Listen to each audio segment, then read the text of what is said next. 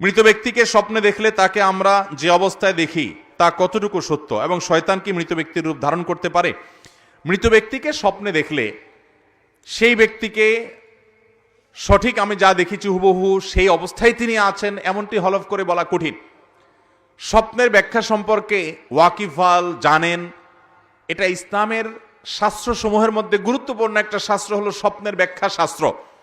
স্বপ্নের ব্যাখ্যা নবী করিম সাল্লাল্লাহু আলাইহি ওয়াসাল্লাম বলেছেন, কিয়ামতের আগে ইমানদারদের সত্য স্বপ্নের পরিমাণ অনেক বেশি হবে, এবং দুনিয়াতে আর নবী রাসূল আসবে না, নবুয়তের ধারা নাই, কিন্তু ইমানদারদের ভালো স্বপ্নগুলো এগুলো নবুয়তের একটা অংশ, এগুলো নবুয়তের একটা, যেই স্বপ্ন আপনার কাছে মনে হবে এটা ব্যাখ্যা সাপেক্ষ এবং এটা অনেক সুসংবাদ বহন করছে, ভালো কিছু ইন্ডিকেট করছে, স্বপ্নের ব্যাখ্যা বোঝা মানুষ এগুলো বলতে পারে। দুঃখজনক, স্বপ্নের ব্যাখ্যার এই শাস্ত্রটি আজ আমাদের সমাজ থেকে হারিয়ে যাচ্ছে। এমনকি আলেমদের মধ্যেও মাসআলা মাসাইল সম্পর্কে আপনি বিশেষজ্ঞ পাবেন, আপনি তাফসির সম্পর্কে বিশেষজ্ঞ পাবেন, হাদিস সম্পর্কে বিশেষজ্ঞ পাবেন। দুঃখজনক যে স্বপ্নের ব্যাখ্যা বুঝেন এরকম পণ্ডিত, এরকম বিশেষজ্ঞ মানুষের সংখ্যা সমাজে অনেক কম।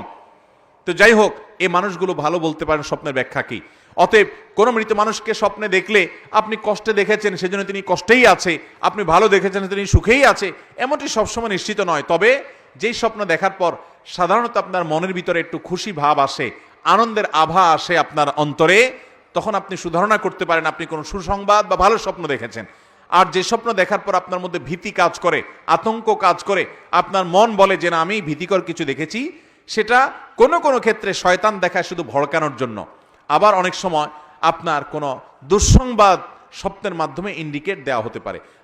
আমি একটু খেয়াল করলে দেখব আমাদের জীবনে অনেক স্বপ্ন দেখি যেগুলো পরবর্তীতে খেটে যায়, দিনের আলোর মতো মিলায় নিবেন, অবাক হয়ে যাবেন।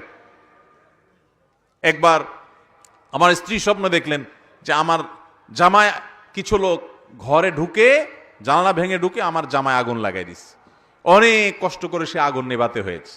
ঠিক এই ঘটনার কিছুদিন পরে দেখা গেল যে কিছু লোক আমার পিছনে লেগে গেছে খুব ভয়ঙ্কর ভাবে, এবং বহু কষ্ট করে সেই তাদের পিছনে লাগানোটাকে থামাতে হয়েছে।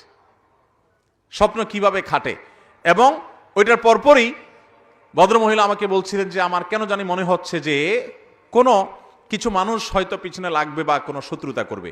এই যে আগুন লাগা, এটা সেটা বিভিন্ন জিনিস দেখা, এগুলোর ব্যাখ্যা আছে। আল্লামা ইবনে সিরিন ইসলামের ইতিহাসের একজন বড় মনীষী ছিলেন, অনেক বড় মুহাদ্দিস ছিলেন, মোহাম্মদ ইবনে সিরিন রহমতুল্লাহ আলাই। ইমাম মোহাম্মদ ইবনে সিরিন রহমতুল্লাহ আলাই সোনালী যুগের মানুষ ছিলেন, প্রথম 3 যুগের মধ্যে তিনি ছিলেন। তিনি স্বপ্নের ব্যাখ্যা অনেক ভালো বুঝতেন, তার স্বপ্নের ব্যাখ্যার বইও আছে, বাংলা অনুবাদ হয়েছে, এর ভিতরে কিছু অথেন্টিক আছে, কিছু আনঅথেন্টিক আছে। যাই হোক, আমি দীর্ঘ কথা বলে ফেলেছি। মূল কথা হলো মৃত মানুষকে স্বপ্নে দেখলে সে স্বপ্ন সত্য হতে পারে, আবার ভুলও হতে পারে। শয়তান মৃত মানুষের রূপ ধারণ করে আসতে পারে, সেটা অস্বাভাবিক কিছু।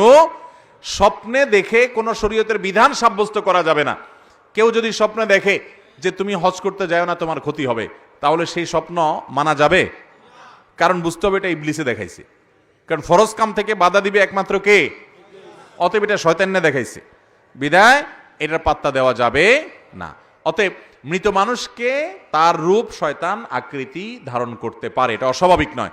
তবে ওই যে বললাম ভালো মন্দ এটা নিরূপণ করা ব্যাখ্যা সাপেক্ষ, ব্যাখ্যাতা যারা তারা ভালো বলতে পারেন, তবে কিছু ইন্ডিকেট আছে যেটা আমি বলার চেষ্টা করলাম।